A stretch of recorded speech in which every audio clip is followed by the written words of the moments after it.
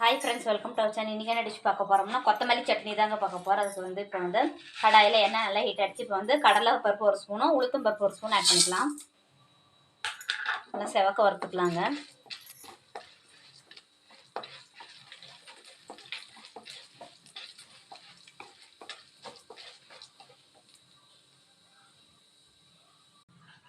பாருங்கள் ஃப்ரெண்ட்ஸ், கடலை பருப்பு உளுத்தம் நல்லா செவந்து வந்துச்சு. இப்போ வந்து நம்ம வெங்காயம் ஆட் பண்ணிக்கலாம்.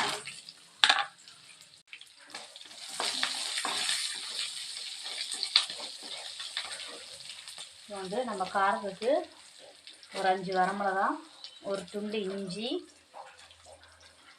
2 பல்லு பூண்டு போட்டு நல்லா வதக்கிக்கலாங்க.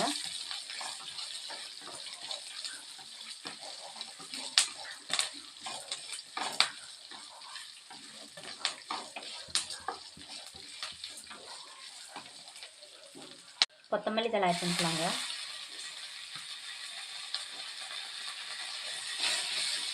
இப்போ நம்ம தேங்காய் துருவல் ஆட் பண்ணிக்கலாம்.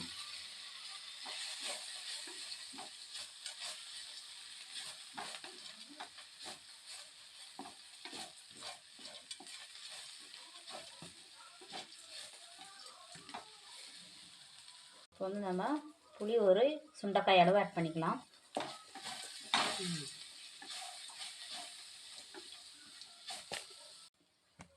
சட்னிக்கு தேவையான உப்பு நம்ம இதை ஆட் பண்ணிக்கலாம். இல்லை நம்ம போட்டு நல்லா வதக்கிக்கலாங்க. இதை ஆற வச்சு நம்ம அரைச்சி எடுத்துகிட்டு வந்துடலாம். பாருங்கள் ஃப்ரெண்ட்ஸ், நம்ம சட்னி அரைச்சி எடுத்துகிட்டு வந்து நம்ம தாளிப்பு கரண்டில் எண்ணெய் ஹீட் ஆகிடுச்சு. வந்து நம்ம கடுகு உளுந்து ஆட் பண்ணிக்கலாம்.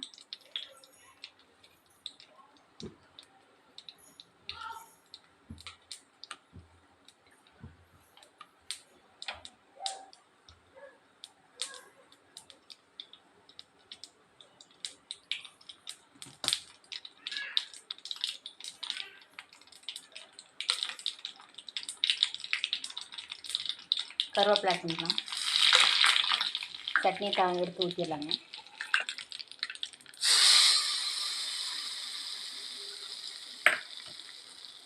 இப்போ பாருங்கள் ஃப்ரெண்ட்ஸ், சூப்பரான கொத்தமல்லி சட்னி தயாராகிடுச்சு. இப்போ வந்து நம்ம பையனுக்கு டிஃபனுக்கு கொடுத்துடலாம்.